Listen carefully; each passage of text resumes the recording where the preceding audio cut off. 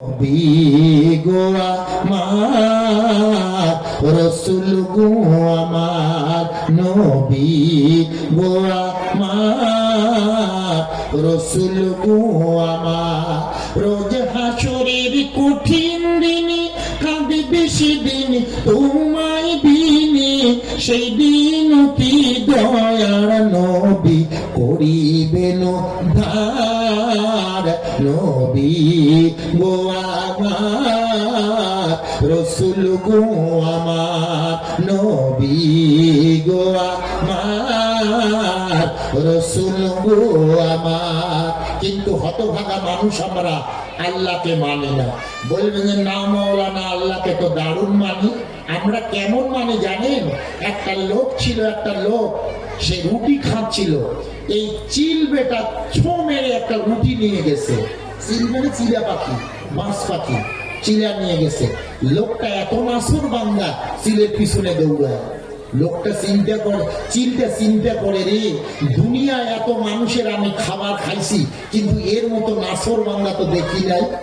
লোকটা চিলের পিছনে পিছনে দৌড়ায়। লোকটা যখন চিলটা যখন গাছে উঠেছে, লোকটা গাছে উঠে চিলকে স্থির ভাবে থাকতে দিচ্ছে না।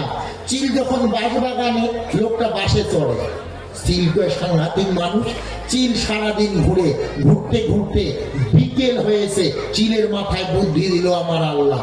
চিল কয়ে দাঁড়া, বিশাল বড় একটা নদী, ওই নদীর উপরে চিল সাই করে পাখা দুটো দিয়ে সাই করে উড়ে চলে গেল। লোকটা নদীর পাড়ে দাঁড়িয়ে কয় যা আল্লাহর হস্তে ছাড়ি দিলাম। এরকম মানুষ আছে না নাই?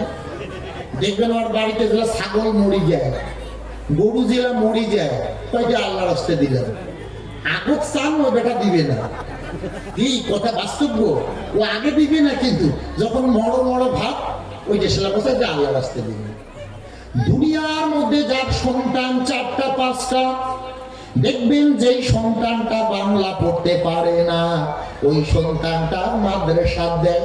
মাদ্রাসা দোকানে কয় মাদ্রাসা, মাদ্রাসা দেয়। আরে মুসলমান বুঝলি না? তোমার যেটা ব্রেলিয়ান বাচ্চা ওটাকে তুমি মাদ্রাসা পড়াও। মাদ্রাসায় যে শুধু নামাজেই পড়বে তা নয় তো, দুনিয়ার মধ্যে মাদ্রাসা এমন আছে, ইংরেজি বাংলা যা আছে সবটাই কম্পিউটার থেকে শুরু করে সবটাই সেখানে শেখানো হবে। কারণ আপনার সমাজে, আমার সমাজে একজন যদি সুশিক্ষিত বাচ্চা হয়, আপনার পরিবারের মুখ উজ্জ্বল করে দেবে, সমাজের মুখ উজ্জ্বল করে দেবে, দেশের মুখ উজ্জ্বল করে দেবে, রাষ্ট্রের মুখ উজ্জ্বল করে দেবে, জাতির মুখ উজ্জ্বল করে দেবে। কারণ একটা বাচ্চাই গোটা সমাজকে আলোকিত করে দেবে। এই জন্য পণ্ডিত চাণক্য বলেছেন, বড় মেয়ে কো গুণী পুত্র নচাময়ী মুখ্য রশ্মি তৈরপি 100 তারা তনার গণিরপি হন্তি। তিনি বলেছেন 100 চন্দ্র, একটা তারা, 100 তারকা যেমন আলো দেয়, 100 তারকা যেমন আলো দেয়, আলোটা ছড়ায় না, কিন্তু হাজার হাজার কোটি কোটি তারকা যদি আলো দেয়, আর সেই জায়গায় একটা চাঁদ যদি আলো দেয়, একটা চাঁদের আলো গোটা বিশ্বব্যাপী ছড়িয়ে যাবে। আপনার সমাজে, আমার সমাজে যদি একজন সুপুত্র হয়, ওই পুত্রটা গোটা সমাজের মুখ উজ্জ্বল করে দেবে। তাই বিদ্রোহী কবি কাজী নজরুল ইসলাম তিনি বলে গেছেন, জ্ঞানের তত্ত্বে বসিবে বা হবে বাংলার মুসলিম, বারে বারে উঠে কলম না লিখিতে শুধু নেই, ভিতরের দিকে যত মরিয়াছি বাহিরের দিকে তত গুনতিতে মরা ধরিয়া চলেছি গরু ছাগলের মতো। কি কথা তিনি বলে গেছেন। হ্যালো,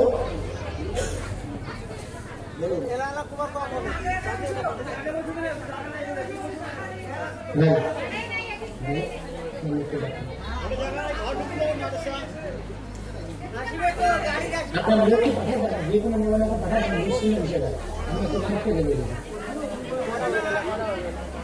আপনার সঙ্গে একটু বলুন, ঠিক আছে, একটু আসেন।